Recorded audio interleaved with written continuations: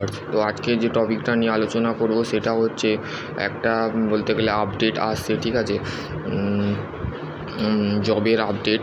তো যে আপডেটটা আসছে সেটা হচ্ছে DFCCOIL ডিঅ্যাক্টেড of 48 the corridor of corporation of Indian limited থেকে প্রকাশ হলো একটি নতুন নোটিফিকেশান বা নোটিশ, ঠিক আছে। সাবজেক্ট কী বলেছে, important notice of the regarding of the modification link এজেন্সড of the administration number 1 DR by 2025। The modification link, তোমরা যে লিঙ্কটায় অ্যাপ্লাই করবে সেই লিঙ্কটা কত পর্যন্ত তার লাস্ট ডেট দেখো, 31/3/2000 will be of the leave of the 31/3/2025 to 4/4/2025 for those the candidate who successfully submitted application the along the organisation of the fee the correction the post of the application the post code email ID post code তোমাকে email ID mobile number can be done by only the payment the modification fee 100 টাকা তোমাকে payment করতে হবে, non refundable, মানে তোমাকে 100 টাকা payment করার পর তোমার এই পেমেন্টটা তুমি পেতে পারবে না, সেটা বলে দিয়েছে। In the additional the application the charge any will be of the be born be by the ক্যান্ডিডেটের কাছ থেকে অ্যাপ্লিকেশান যে চার্জ নেওয়া হচ্ছে তার কাছ থেকে বলতে গেলে তার সেই ক্যান্ডিডেটের কাছ থেকে কিন্তু যে চার্জটা আছে সেটা অ্যাপ্লিকেবল নয়, ঠিক আছে। The modification fee of the applicable of the candidate of the including fee of the correction category of the fee the not refundable any category, মানে যে কোনো ক্যাটাগরি হতে পারে, OBC SC ST general candidate কাছ থেকে কিন্তু এটা বলে দিয়েছে যে ফিটা নট রিফান্ডেবল, মানে তোমার কিন্তু রিফান্ডেবল করা হবে না, ঠিক আছে। In this cases of the his is the fee of the exam the SC ST PW examination commonly of the applicable of the UR OBC of the he is additional of modification fee cases of failure do যদি fail করে তোমার ফি তাতে তোমার not accept,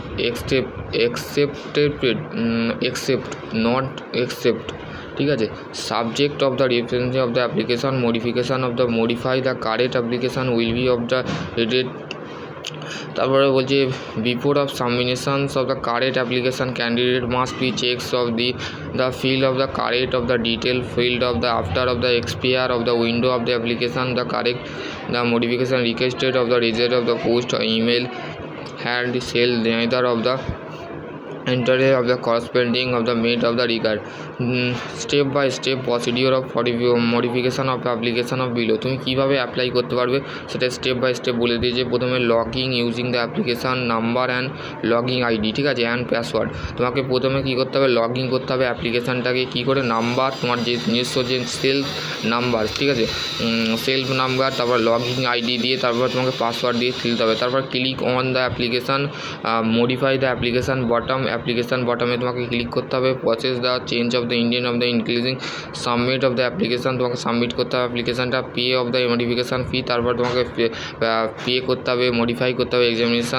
examination available of the examination fee payment, তোমাকে এক্সামিনেশনের জন্য fee payment করতে হবে। Payment of the willing of the prescribe the prevent of the latest application of the record, তোমাকে সেই প্রেসক্রাইব যে টাইমের জন্য তুমি যে এক্সাম ফি বা তুমি যে সাবমিট করলে তার তুমি একটা রেকর্ড তুমি আলাদাভাবে তৈরি করে রাখতে পারো, ঠিক আছে, যাতে আমি যে তুমি ইম্পর্টেন্ট যে কীভাবে একটা ইম্পর্টেন্ট মানে জরুরি কী দরকার বলছে, beware of the miserable of the candidate the promise the getting the from the job the irregular of the condition the recruitment of the DFCCIL full of the transmit of the selections of the basis the or pure or non merit list. তো তোমাদের কী তোমাদের যে দরকার বা প্রয়োজন সেটা হচ্ছে তোমাদের মেরিট লিস্ট আধারে তোমাদের কিন্তু মেনলি তোমাদের কিন্তু তোমাদের যে তোমাদের সিলেকশানস হবে বা তোমাদের পরীক্ষা যে তোমরা যে দেবে, দেওয়ার পর তোমাদের যে মেরিট লিস্ট বেরোবে সেইটাই তোমাদের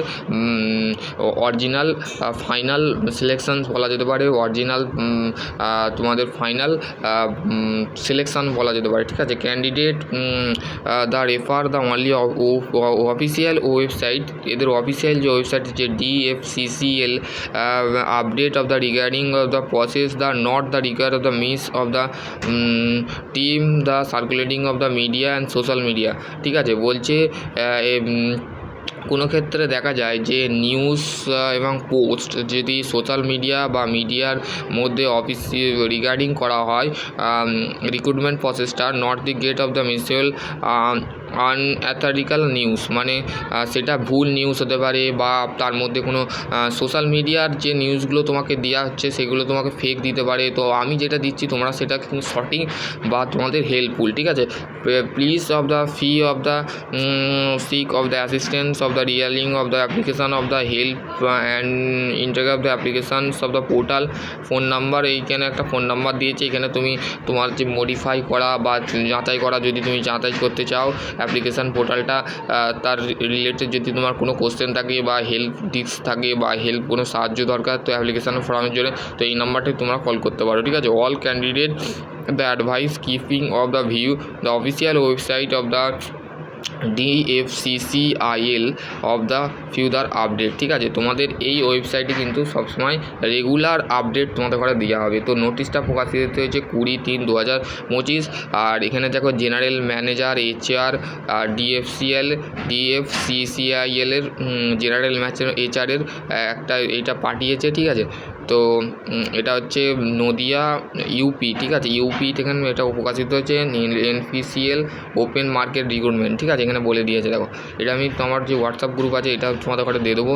তো আশা করছি তোমাদের যদি আরও কোনো রিগার্ড থাকে তো জব সম্পর্কে, তো এটা হচ্ছে মেনলি জব। ঠিক আছে, একটা হচ্ছে জব থাকে, অ্যাপ্রেন্টিস থাকে, গভর্নমেন্ট জব থাকে, প্রাইভেট জব থাকে, এটা হচ্ছে বেসিক্যালি একটা জব। ঠিক আছে, যারা করতে চাইছো তারা অবশ্যই তোমরা DFCCIL এর যদি অফিসিয়াল ওয়েবসাইট যেটা আছে সেই অফিসিয়াল ওয়েবসাইটে যেয়ে তোমাকে সম্পূর্ণ জিনিসটাকে করতে হবে। আশা করছি তোমরা বুঝতে পারবে।